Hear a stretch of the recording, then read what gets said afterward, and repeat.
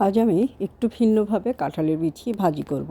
তো কাঁঠালের বিচিটা প্রথমে একটু ভাপ দিয়ে নিলাম, নিয়ে একটু সিদ্ধ করে নিয়েছি।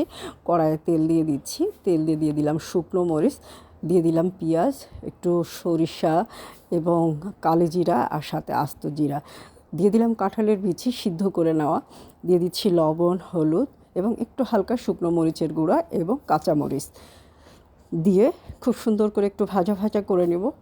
দিয়ে দিচ্ছি একটু জিরা বাটা এবং দিয়ে দিচ্ছি একটু ধনিয়া গুঁড়া, জিরা বাটা না জিরা গুঁড়া দিয়েছি। এখন দিয়ে দিচ্ছি একটু তেল এবং 2টা ডিম, সাথে দিয়ে দিচ্ছি রসুন কুচি, দিয়ে এটাকে আরও 10-15 মিনিট ভাজা ভাজা করব। রসুনটার গন্ধটা কেটে গেলে নামিয়ে ফেলবো কাঁঠালের বিচি ভাজা।